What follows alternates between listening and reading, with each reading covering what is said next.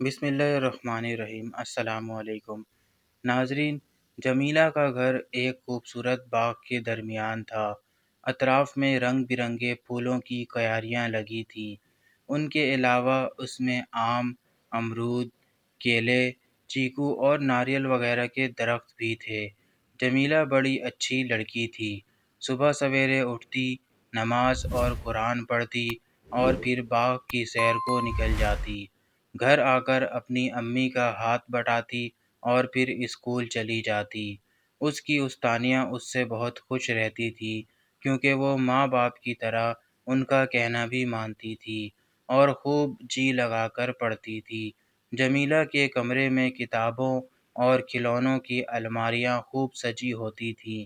فرصت کے اوقات میں وہ کتابیں پڑھتی اور کبھی نت نئے کھلونوں سے بھی کھیلتی۔ اسی باغ کے ایک کونے میں ایک چوہے اور چوہیا کا بھی بل تھا۔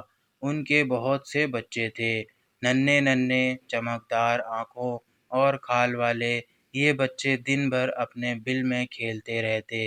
وہ اپنی امی اور ابو کے ساتھ کبھی باہر بھی نکلتے، لیکن اکیلے کبھی باہر نہ جاتے کیونکہ امی نے انہیں بتا دیا تھا کہ باہر دن کے وقت بلی اور رات کے وقت الو انہیں چٹ کر سکتے ہیں۔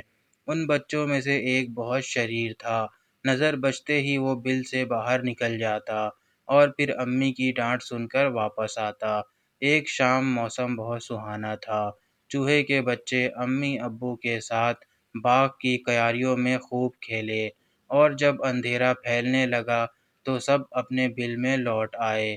امی نے سب کو کھانا دیا اور کہانیاں سنانے لگی۔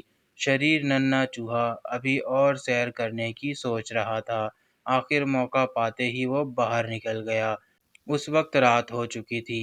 آسمان پر خوبصورت چاند چمک رہا تھا۔ ٹھنڈی ٹھنڈی ہوا چل رہی تھی۔ چوہا اچھلتا کودتا چلا جا رہا تھا۔ اتنے میں اسے جمیلہ کے گھر سے گانے کی آواز آئی۔ وہ گانے کی دھن سن کر مست ہو گیا اور اس نے گھر کا رخ کیا۔ جمیلہ اپنے ابو امی کے ساتھ بیٹھی ٹی وی پر گانا سن رہی تھی۔ چوہے نے آج تک ایسا خوبصورت گھر نہیں دیکھا تھا۔ اس نے ہر کمرے کا جائزہ لینا شروع کیا۔ گھومتے گھومتے وہ جمیلہ کے کمرے میں گھس گیا۔ الماریوں میں سجی کتابیں اور کھلونے دیکھ کر وہ حیران ہو گیا۔ اتنے میں اس کی نظر فرش پر پڑے ایک چوہے پر پڑی۔ وہ اچھل کر اس کے پاس پہنچا اور لگا اسے چھیڑنے۔ وہ دراصل چابی کا چوہا تھا۔ اس الٹ پلٹ سے اس کے پہیے گھومنے لگے۔ آواز سن کر چوہا ڈر گیا۔ گھر گھر کی آواز سن کر جمیلہ کمرے میں آئی تو اس نے شریر چوہے کو ایک کونے میں دبا دیکھا۔ اسے بڑا رحم آیا۔ اس نے فوراً اسے پکڑ لیا۔ چوہا مارے خوف کے بالکل بے سدھ تھا۔ جمیلہ نے اسے ایک پنجرے میں بند کر دیا۔ اب وہ اسے ہر روز مزے مزے کی چیزیں کھانے کو دیتی مگر وہ کچھ نہ کھاتا۔ اسے اپنا گھر، امی ابو اور بہن بھائی یاد آتے اور وہ روتا رہتا۔ 2-3 دن میں اس کی حالت خراب ہو گئی۔ جمیلہ پریشان ہو کر اسے جانوروں کے ڈاکٹر کے پاس لے گئی جو اس کے ابو کے دوست تھے۔